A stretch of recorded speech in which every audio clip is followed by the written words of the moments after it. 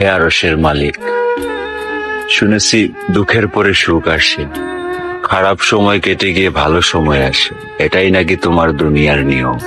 মাবুদ, তবে আমার বেলায় কেন এত নিয়ম?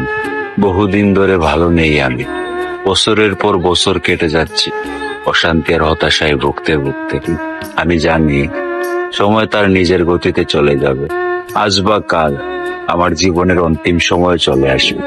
তবে জানি না আমার এই জীবনে কখনো কি সুখের দেখা মিলবে।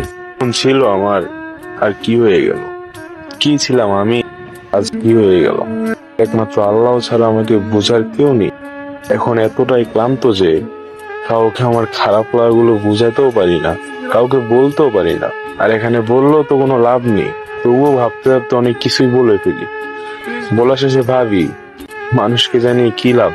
অর্ধেক জীবন তো মানুষই শেষ করেছিল, আর বাকিটা আমি নিজেই।